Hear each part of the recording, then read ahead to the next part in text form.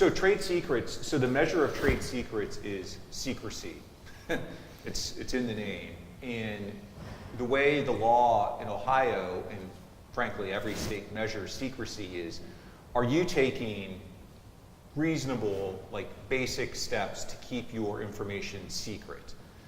In startup companies, oftentimes if you have trade secret information and you have 4 or 5 people working together, they will have, how many different devices will they have? How many different devices is this highly confidential trade secret information going to get on? The more devices it gets on, the bigger the problem it's going to be, because that increases the likelihood that it ends up in the public domain, which will destroy the secrecy. Then what happens if someone leaves the company? Are you entitled to go onto their iPhone and look for confidential information and wipe it off the phone?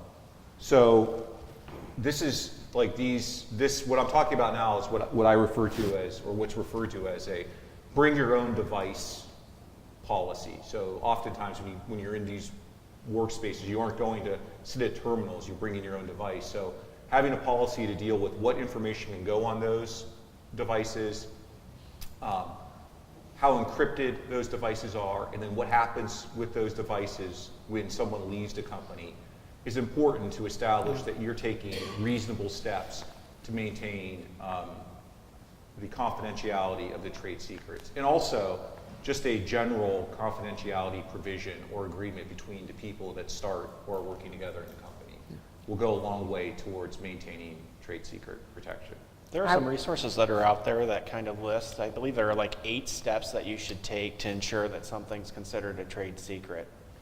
And even in the example with 5 employees, all 5 employees might not necessarily need to know that trade secret information. Right. So I would encourage you to attend March 1st, I think is the date for our next one. Is it March? No. Yeah.